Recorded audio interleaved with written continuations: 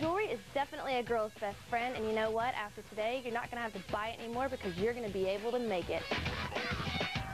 I'm Jennifer Perkins, and with me today is Maya Brenner, head designer at Lux Jewelry and author of Beaded Jewelry, Create Your Own Style. Now, Maya, I hear you have quite the celebrity clientele. Yes, I'm very lucky. I live in Los Angeles, so I have access to some of those people. And I brought some necklaces today that this one Penelope Cruz has been wearing all over, and this one Jennifer Garner wore on Alias. So nice. Pretty exciting. I don't blame them. They are lovely necklaces. All your pieces are fabulous. I love all the different techniques and designs. You have a wide range of styles. Now, these are the three that we're going to be working on today, correct? Yep. We're going to cover all our bases. We're going to show you knotting, wire wrapping, rosary loops, everything you need to know to make your own jewelry. Okay, well, I'm going to let you go get all this stuff set up. In the meantime, I'm going to go over, give the crafters a little demonstration on the necklace I'm wearing for some basic jewelry techniques. So today we're having our very own necklace party here at the Craft Lab. First up, we are going to work on some knotting techniques. I love this necklace. It's beautiful the way the pewter reflects up against the brown leather. It's kind of a unisex necklace. That's true. And what's also cool about it is we don't put a clasp on it. We use the leather to tie in the back, so it's adjustable. You can make it any length. So I'm going to cut about 50 inches to give us a lot of room. There you go. Right there. The other little thing we're going to do is we're going to cut a little V, almost creating a needle at the end of our leather. On this side, I'm going to go about 12 inches. That's going to give me enough room at the end to tie it off. And I'm just going to start with just one simple overhand knot. And that's going to anchor the bead. Okay. And this is just a regular old knot. Nothing fancy or Nothing fancy. Nope. Okay. And then you're just going to pull it, make sure it's tight. And then we're going to start on our little pointy end. With our little pointy end, and we're going to put the first bead on. And then here comes the knotting technique. We're going to make an overhand loop, keep it very loose, like that, through. We're going to take our tweezers. These are knotting tweezers, but you can use any old tweezers. If you're really good, you can use eyebrow tweezers. I'm going to take the tweezer, I'm going to put it inside the loop.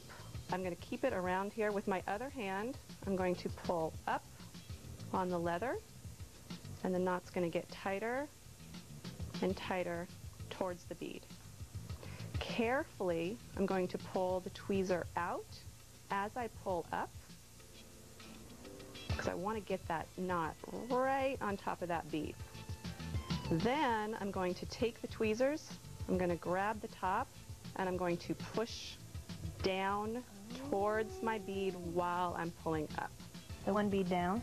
You also have to keep in mind you have to use large hold beads, especially if you're working with leather. Let's do that one more time.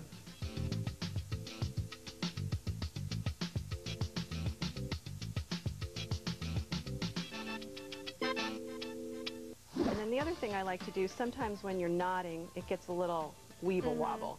So what I like to do is take both ends and pull it out. Oh, because then you're going to stretch it out. Yeah, you're going to give a little room. I like the beads to breathe.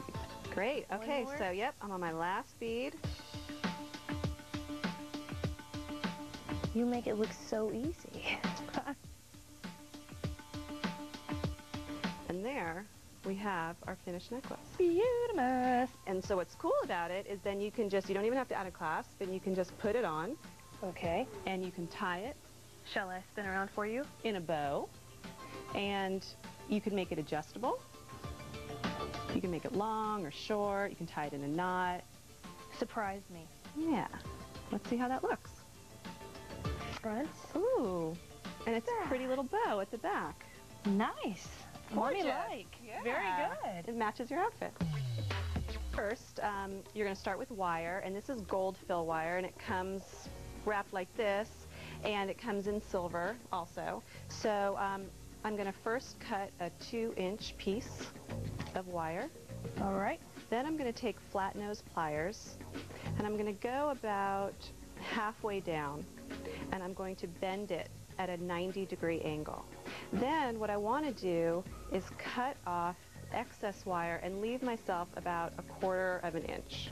Then I'm going to take my round nose plier, or rosary pliers, and then I'm going to twist back towards me rotating the pliers as I do to try and get it to touch the other side.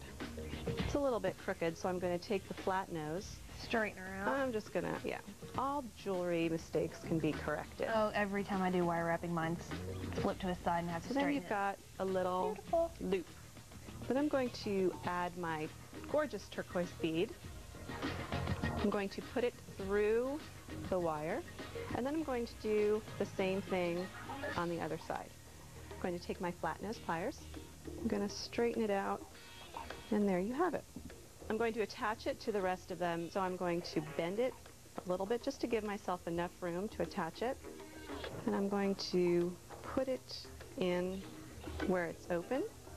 And then I'm going to take the pliers and I'm going to grab it and I'm just going to bend it back so that it meets the other side.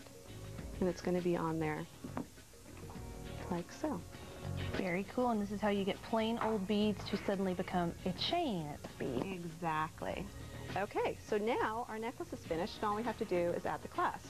And because rosary loops by nature are open, all you have to do is go to one of the ends, could be the last one you did, and you're going to pull it out of its plane.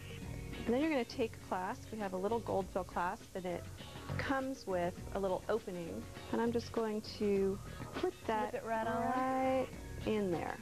Then I'm just going to take the rosary loop, and I'm going to close it back up. Then, because you have a necklace that's all loops, all you have to do is take the clasp and put it into the other side. Here you go. Let's see. How does it look? Gorgeous. Lovely. I love the brown with the turquoise. It looks beautiful. Okay, next up on our agenda, we are going to learn how to do some wire wrapping. I'm going to start out very similar to the rosary loop. So I'm going to actually cut a little bit more wire because I'm wrapping. I'm going to use more wire, about 2.5 inches this time. And I'm using silver wire just to switch it up a little bit. And I've got gorgeous faceted black onyx beads. It's lovely, yeah. I'm going to take my flat nose pliers, bend at a 90-degree angle. I'm going to not cut this time because I need the wire. I'm going to take my round nose pliers and I'm going to wrap around the pliers. This is what you want it to look like. Then I'm going to take my flat nose pliers and I'm going to grab this and I'm going to take the excess wire and I'm going to wrap it down. And I'm going to do that about 2 to 3 times. It's a head with a little scarf. It's a little French piece of wire. He's kind of ooh la la. Then I'm going to cut off the extra, take the onyx, put it on there, nice and snug against the other side. Then I'm going to do the same thing on the other side. So I'm going to bend at a 90-degree angle. So you're going to bend it towards you, and then you're going to use your finger to wrap it around the pliers. And then you're going to pull it out so you have a loop. And before I close it up, I'm going to attach it to the other wire wrap. I'm going to slide it down, then I'm going to grab it. Hold on to the head of our Frenchman. Exactly. I'm going to wrap the scarf down around the neck because it's cold outside.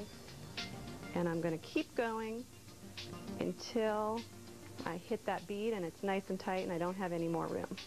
And then I'm going to cut off the excess, get it right in there, and there you have your two-sided wire wrap.